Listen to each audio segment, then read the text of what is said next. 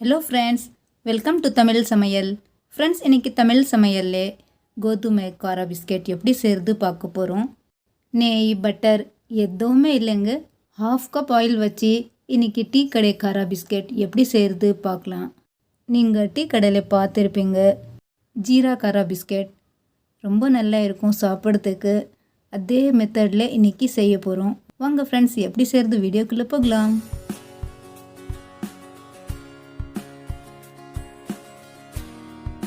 முதல்ல ஒரு பவுல்லே 1/4 கப்பு சர்க்கரை பவுடர், அதே கப்லே 1/2 கப் ஆயில். ஃப்ளேவர் இல்லாது எந்த ஆயில் கூட யூஸ் பண்ணலாம்.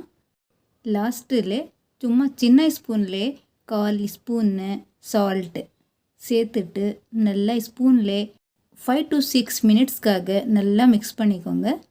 உப்பு மிக்ஸ் ஆகிறதுக்கு கொஞ்சம் லேட் ஆகும். நல்லா மிக்ஸ் பண்ணிக்கோங்க. இப்போது கோதுமை 1/2 கப் சேர்த்துக்கலாம்.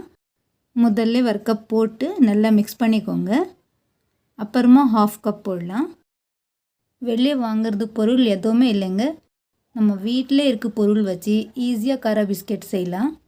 இந்த பிஸ்கெட்டில் பேக்கிங் பவுடர், பேக்கிங் சோடா எதுவுமே போடாதீங்க. 1/2 கப் கோதுமை வச்சு சூப்பரான பிஸ்கெட் செய்ய போகிறோம். ஸ்பூன் வச்சுட்டு 1/2 கப் மாவு போட்டு கையிலே பிசைஞ்சிக்கலாம். தண்ணி, பால் எதுவுமே சேர்க்காதீங்க. இந்த மாவு கரெக்டாக வந்துடும். ரொட்டிக்கு டவ் செய்கிறாங்களே அந்த மாதிரி டவ் வராதிங்க. மாவில் ஆயில் கொஞ்சம் எக்ஸ்ட்ரா இருக்குது, கொஞ்சம் லூஸாக இருந்தால் 2 ஸ்பூன் சேர்த்துக்கோங்க.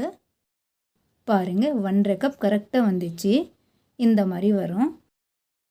இப்போது ஒரு கனமாக ஸ்டீல் பிளேட்டில் சும்மா 1 ஸ்பூன்னு ஆயில் தொடச்சிட்டு கொஞ்சம் மாவு அப்ளை பண்ணிக்கலாம். பாருங்கள், இந்த மாதிரி பிளேட் ரெடியாக இருக்குது. இது சைடில் வச்சுட்டு பிஸ்கெட் கட் பண்ணிக்கலாம். இந்த மாதிரி பட்டர் பேப்பர் எடுத்து மாவு வச்சுக்கலாம். சும்மா 2 சிட்டிகை சீரகம் சாப்பிட்டேன்னா ஜீரகம் வாசனை ரொம்ப நல்லா இருக்கும். பாருங்கள், இந்த மாதிரி மாவு வச்சு லைட்டாக ப்ரெஸ் பண்ணுங்கள். 1/2 கப் மாவுக்கு எத்தனை பிஸ்கெட் வரும் பார்க்கலாம். இந்த டைமில் ஆல்ரெடி நீங்கள் ஒரு சில்வர் பாத்திரத்தில் உப்பு போட்டு சூடு பண்ணுறதுக்கு வச்சுக்கோங்க. நான் ஆல்ரெடி வச்சிட்டேன். இந்த மாதிரி ஸ்டீலு சின்ன கொட்டரை வச்சு கட் பண்ணிக்கலாம்.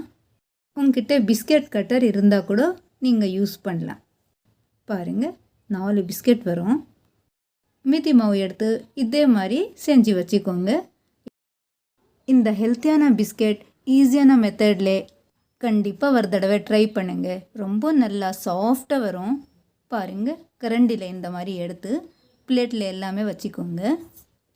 இந்த ஈஸியான ரெசிபி பிடிச்சிருந்தா ப்ளீஸ் லைக் அண்ட் ஷேர்.